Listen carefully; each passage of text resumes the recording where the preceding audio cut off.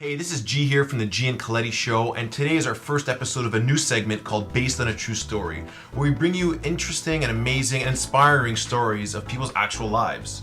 So the first one we have is from a guy named Daniel Cleland, and he named his story From the Matrix to Ayahuasca. So I just want you guys to sit back, relax, and enjoy the podcast.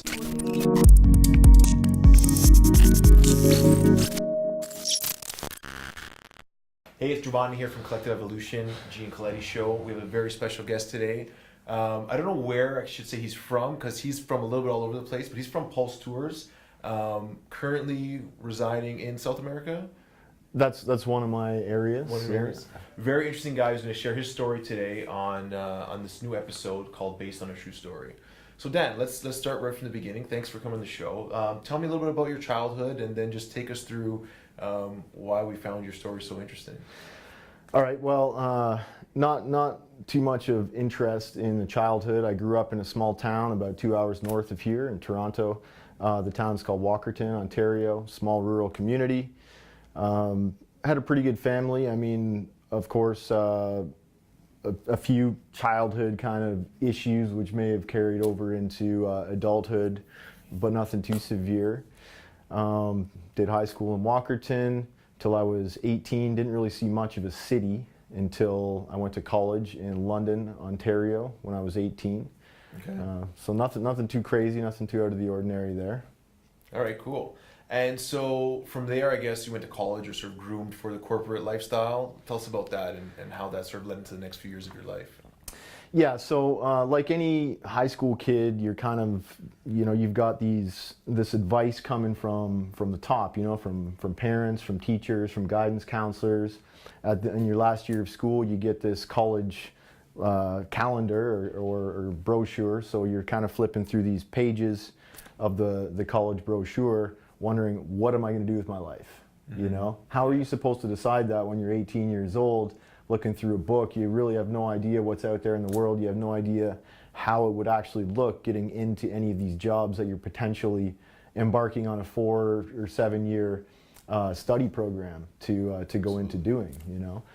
So at the time, my father was working at the nuclear power station in Tiverton, and he was in technology, and I knew that was kind of, at that time, I wanted to do something that appeased my superiors, my parents, and so I signed up for a computer programming course in college, which sounds like it gives you a lot of options. Computer programming. Computers are always a good thing, I guess, right? Yeah. Now that was back in 2000, and so the scene is a lot different now. But I ended up going into that program. I did it for about a year and didn't really quite jive with it so much. So I switched over to electrical engineering technician. Did that for a year. Didn't quite jive with it so much. Did electronics. Wasn't too into the bench work, So the fourth year of college, I pretty much just assembled a few courses from all those and just got out with a certificate that I don't even think I collected. It was just Piece of paper for on the wall somewhere. I just had to get out, Yeah. and get out into the world. And I think it's a very common story for a lot of people that are just going to college because they feel they have to go and Absolutely. taking courses that they think they're going to use someday. And how much of your college schooling do you think you've actually put into practice since you've come out of there? Well, the technical skills I learned, not very much at all. But I did, some of the theory, some of the electrical theory and technology. I have, leveraged some of that. Okay, coming up. Good. So some value there. That's good. And potentially some more. I'm getting I'm leaning towards some more technological projects right now. But okay, we'll come back around to that. Sure. So tell me after that. So what happens? You got a job. You're ready for the workforce. So I remember one of my teachers in my electrical course told me one day, he said, "You're so full of shit, you should not be a technician, you should be a sales guy." And I actually, coincidentally, I applied for a air quality technician job coming out of college, but it was actually, once I got there and checked it out, it was actually a sales job. And I did okay, I did all right. It was kind of easy to make a good paycheck, talking to people, communicating, sharing ideas. And so I ended up getting into sales at the residential level, which then morphed into the business to business, small business level, which then eventually got into like the industrial level. So I thought I had a pretty good thing going. You know, I got a car, you know, car payments using some of my technical knowledge. It was It's one of the benchmarks for success as you're growing. It's like getting your own car and having a car payment, right? It is, right? It is. I guess was it long lasting, that sort of feeling of success, or was it more like, okay, now I got a payment to make, or when you got that car the first time? Do you remember your first car? Oh yeah. It was a Kia Spectra 2005. I was pretty stoked about it. Yeah, and I continued on that kind of path, growing with the company, and there was just like something that was kind of intrinsically lacking in that. You know, like I found myself in the program, so to speak. I was working, I had my payments, I was paying rent, and I was kind of doing the 9 to 5 grind. And I couldn't help but thinking, like, is this all there is? Like, do I just do this until I make enough money to buy a house, and then buy a house, and then, you know, get married and have kids and settle down? It's like, it just wasn't enough. And then I had a real issue with the 2-day weekends and like the 1 or 2 weeks a year of vacation. It was just kind of... What did that feel like? Like, how can you describe the feeling of that? Is there any way? Because I know a lot of people feeling that. Frustration. Yeah. You know, frustration, and just like, what is it? You just kind of question it. Like, is this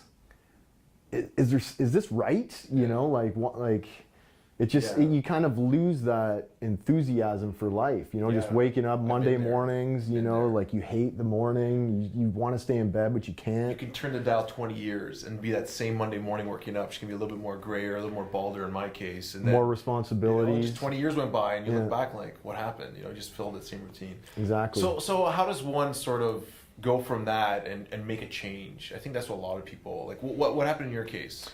I started traveling. You just picked up one day and took some time off work and... Well, you know, it was actually, it was a long time coming. You know, I kind of was just craving like a sense of adventure and challenge and just like breaking out of routine, you know, novelty. And so back in 2006, I decided it's time to make a trip. And I had this pull towards Brazil. I don't know why, whether it was the beaches, the jungles, the hot ladies, something the good music. Brazil, it's just that like gritty, like, oh, Brazil, you know? Yeah. It just had everything I was looking for in an adventure. So I planned a trip for myself independently, a 6-week journey. It was over Christmas and New Year's, 2006, 2007. And, you know, I actually, in the planning process, I really discovered that like I loved the actual like the lead up to the journey. It was researching, like planning, where am I going to go, looking at the different hostels and hotels and events and learning a bit of the new language and just dreaming and anticipating. And then I went on this 6-week trip, and it was like just everything I could have asked for and more. Yeah. So Brazil seems like a scary place to most people. There's a lot of bad press. Is it when you went, was there any fear going to an unknown place, or were you more of the adventure, like take it as it goes? No, it was still a bit dodgy, like at night, you know, and there were still places you wanted to avoid. I saw like in Rio, I saw a dead guy laying on the middle of the street one day. And then, you know, like later on, as I was traveling there in the subsequent years, you know, I've heard gunshots go off in a crowd of people, and you know, I was traveling with some people who got robbed with a, you know, knife point and stuff like that. So back then it was dangerous to an extent. I think now the crime rate's a little bit higher because the economy's so. I wouldn't necessarily recommend traveling to Brazil. There are places people can go to break free that's still adventurous and not so dangerous. Oh yeah, there's lots. Lots. South America is a great place. You know, maybe Colombia is a better place to go now than Brazil. Certainly not Venezuela. Peru's good. You know, cool. Ecuador. Okay, so you have this 6-week incredible journey, and then. So then I get back to Canada, back to my old job. I was living in Calgary, and it was the middle of January. So I come from this like beautiful, balmy, beachy paradise in Brazil. And I was like, my days were like running down Copacabana Beach, my board shorts, and like they had these little workout areas along the beach, so you could run a couple 100 meters and then do your like bar dips and your push-ups and your sit-ups and then keep running. It was awesome. And the parties and everything. I was actually working as a bartender at this rooftop hostel bar, like making caipirinhas, and it was just awesome. And then I get back to Calgary in January, and I don't know if you've ever been to Calgary in January. It's cold. Yeah. They put block heaters up, outlets in the parking stalls so you can plug your car in so it doesn't freeze. So as soon as I got back, and going back to my old job, I was even more convinced that I needed to do something different. I was not cut out for the standard, just routine 9-to-5 grind program. A lot of times you're just making enough to like pay the bills and barely break out of the program, like barely get ahead. A lot of people are struggling to make enough money. So within a couple months, I just started applying for jobs with tour companies that were traveling to Brazil. And I kind of lied on my resume a little. Let's say embellished my ability to speak Portuguese and Spanish, because that was a prerequisite, of course, for getting a tour leading job in South America. But I ended up getting through the interview process, and within a couple months, I was down in Guatemala training to become a tour leader for G Adventures, which is a company based here in Toronto. Really awesome company. So my training, we went through Guatemala, Belize, Mexico, and then they passed me in the first round. I ended up doing a shadow trip in Costa Rica with another trainer, and then I was a tour leader. So the next year and a half of my life was me living out of a backpack, guiding groups of 15 people through Costa Rica, Panama, Venezuela, Brazil, Argentina. Saving any money, making any money? Or yeah, actually, the company, inherently that job doesn't cost a lot of money because the company's paying for your hotels, you get a food allowance, you get a salary, fortunately, the participants, the passengers on the trips, were oftentimes generous with tips. So nice. Okay. I ended up traveling for a year and a half through all these different places I wanted to see, and by the end of it, I saved a few $1,000s. Right. So yeah, it's interesting to see what the change is from that normal 9 to 5. Now you're doing tour guide. Can you make that? Can you support yourself? And I guess you can. A lot of people that fear, if I don't do this, I'm not going to make it doing something I like. Yeah. So what happened after that? You found yourself traveling to Australia, I think you mentioned? Well, so basically, traveling all of these paradisical places around South America and Central America, I discovered even in the most remote places, there were still issues with garbage and social inequality and all this kind of stuff. So I wanted to do something a little more valuable to the world to help rectify some of these issues. So I went back to Canada and started studying. I studied environmental studies, sociology, these different types of things. And after a year of studies, I found myself on a field trip to Australia to do a conservation study and then continue my studies there in environmental sciences. Things got off track while I was there. It was right after the financial crisis, so it was very difficult to find high-paying work, especially with the type of traveling visa I had. So I ended up deferring my studies 3 times while I was there because I couldn't pay for it. And in the meantime, I was working door-to-door sales with really kind of desperate cash-only, commission-only kind of jobs that travelers would get to help supplement their travel costs, but not really save up to actually go to school. So that led to a bit of a period of confusion and depression and desperation, which culminated with one Friday night I was out and out at the nightclubs and came back home a little bit early, feeling a little bit restless. I went down to South Bank. It's a park on the Brisbane River, and there's this 20-meter cliff called Kangaroo Point. So I'd often see people like climbing up it with ropes and harnesses and helmets and spotters and all that stuff. And I was down there by myself, and I decided to give it a try. So without any ropes or harnesses? No ropes, no harnesses, free climb in the middle of the night, wearing dress shoes, and I got almost to the top. Like, I wasn't actually planning to go all the way up, but it was going smooth at the beginning. So I tried to go all the way up, got about 2 meters from the top, and hit a kind of like a point of an impassable overhang that I couldn't get around. And I tried climbing down, but this is in the dark. This is in the dark, yeah. So going up was a little bit easier than trying to go back down, like with these pointy-toed dress shoes was challenging.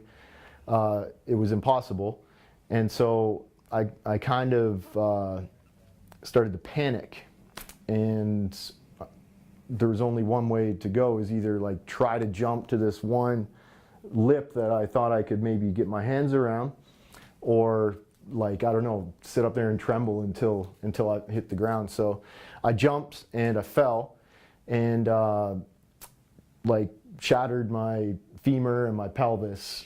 It was pretty rough, like compound fracture. I've got a big scar right here where the bone came out, and so someone found you there?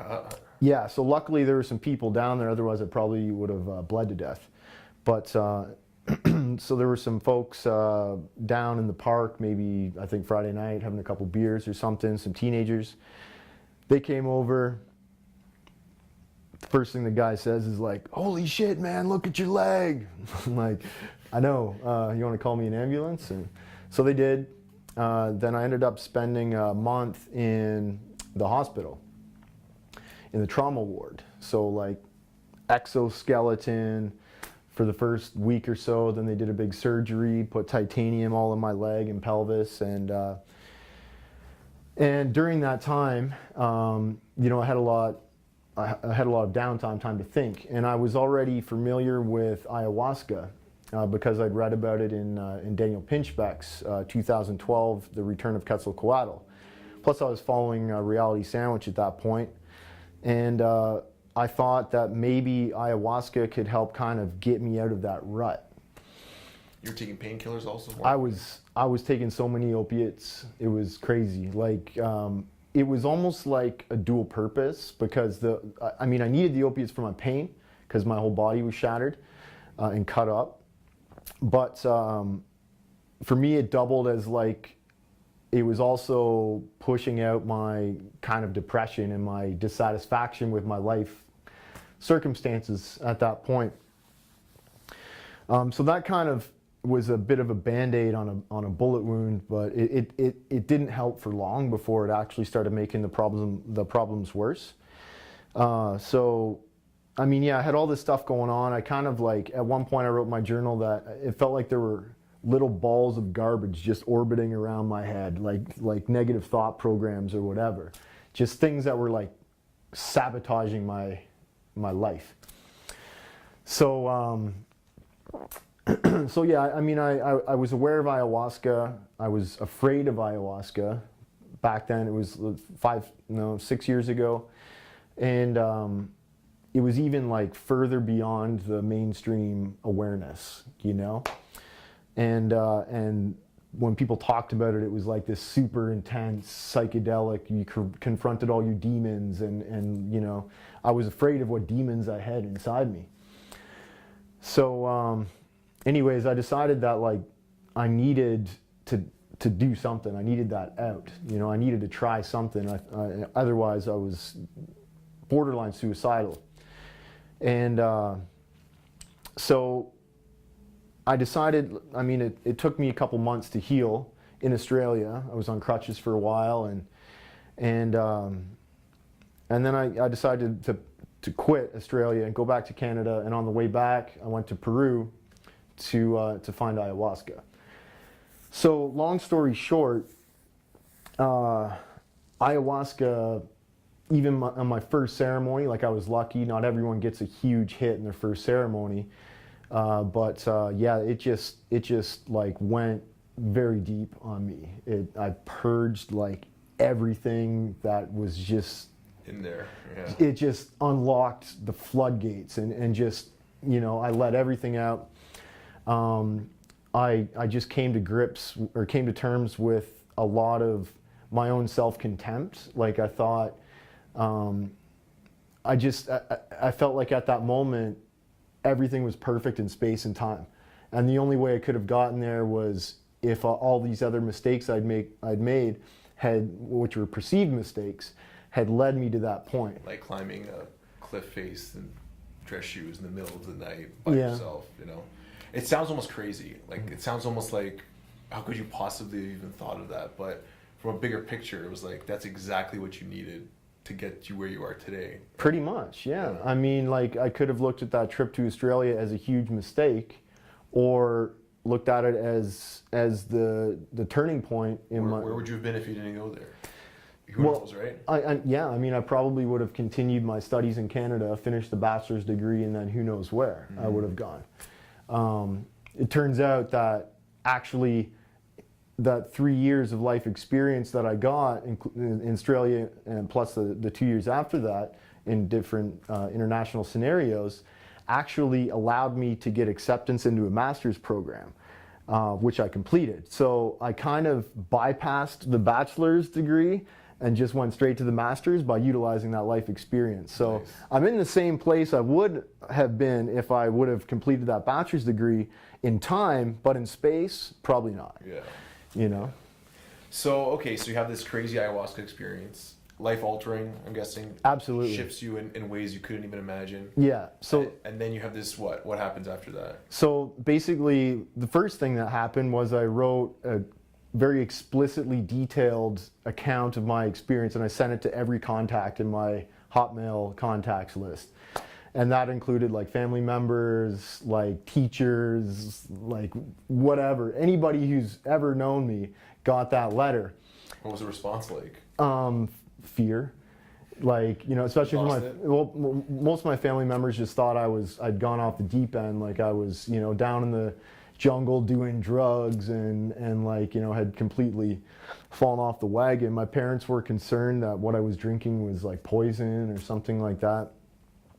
So I did get a little bit of negative backlash from that, but the point was very simple for me. It was, this is a very special medicine, and I think this can revolutionize people's lives like nothing else. And so it was my job to just get the awareness out there, and I wasn't afraid of being a little bit controversial, So I started talking about it a lot. Everyone in my network knew what I was getting into. I started posting research on my social media and stuff. And I started moving toward that path of ayahuasca. So within about 6 months after my first ceremony, I had accepted a volunteer writing job at a center in Peru for a month. So I did a month-long diet there, wrote about it on a blog, and it just helped deepen my understanding of the medicine and helped me promote it more and kind of get into writing about my experience and stuff like that. And in that month, I started getting ideas of how I could build a facility. Wasn't necessarily supposed to be just an ayahuasca center, more of like an intercultural integration center with ceremonies and kind of touristic activities and a little bit of education as well. But that ultimately was the formation of the Ayahuasca Adventure Center, which is the retreat center we now run down in Peru.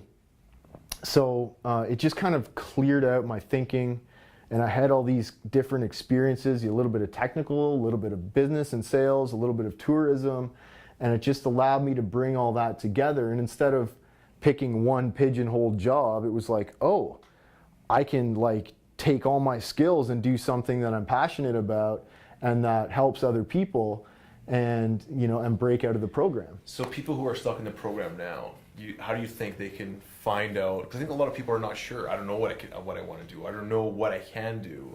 How can people sort of use some of your story? You think an ayahuasca trip, just getting out and going to the jungle for a month, can help people to sort of refocus their life and see what do you think? Like, how can people sort of, what do you think people can do that are feeling how you felt before you sort of, do they have to go to Australia and break their hip? Something No. crazy like that? No. Is that something? It depends what's holding them back. Yeah. Is it something personal? Is it something like energetic? Is it related to trauma from the past? Or are you trapped in bad relationships or cultural programming?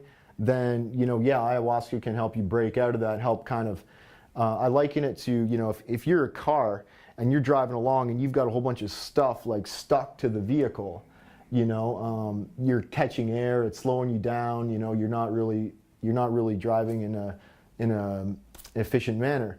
So ayahuasca can kind of help knock that stuff off. Clear that up for you. So you're like a bullet, but then there's also the cultural side of things. So if you're kind of stuck in the same place, same routine, following the footsteps of your forefathers who, really, our generations above us, they didn't really have the opportunity to kind of get out and see the world and have all the access to the world at their fingertips. So travel is a way that you can break out of your nation state culture, right? So you can kind of get out there and see the world, and even if you're not making a lot of money, that experience is invaluable. And when you're out there in the world traveling, you get all kinds of ideas. You have that time away from your culture to like really dive into alternative thinking. So that's one way to do it.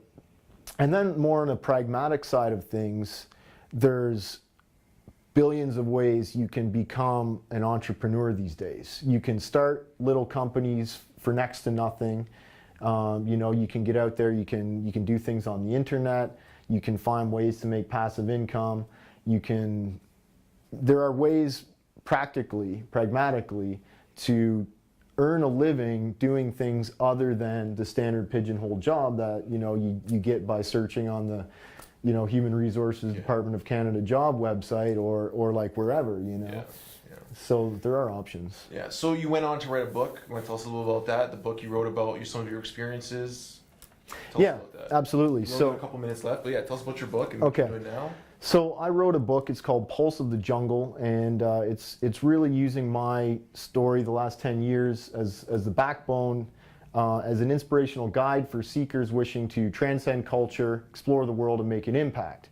It is also themed on ayahuasca, but instead of getting into the science, history, or ideology of ayahuasca, we basically use personal stories from 7 other people besides myself who have had major life changes as a result of ayahuasca. And it's not like, here was my psychedelic trip and in every detail. It's like, here's what I did over the course of a couple years while working with the medicine, how the medicine helped change my life. And there are some psychedelic trip accounts.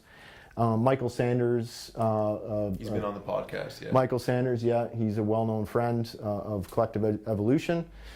He's one of the contributors. Guy Crittenden, another local guy in the spiritual community here who's an environmental journalist. So really, the motivation behind the book is to give people an inspiration, and I also provide some of the tools and resources and mentors that I've used along the way to help give me the skills I needed to become effective in the world of entrepreneurship. Awesome. And if people want to get your book, how can they get it? I'm running a pre-sales campaign right now for the rest of October. It's at pulseofthejungle.com. And the pre-sales come with all kinds of cool perks and stuff like that, discounts for ayahuasca retreat in Peru. One for sure. Cool. And the book is scheduled to be published first week of December, so it's coming out real soon. All right, guys, please support Dan and his book. I'm sure it's going to be awesome. He's an awesome guy doing great things in the world, and I'm sure we're going to have him back to hear about some of the other cool things he's working on now. Thanks a lot, Dan. Really appreciate having you on here. Thanks, Gio. Thanks, everybody.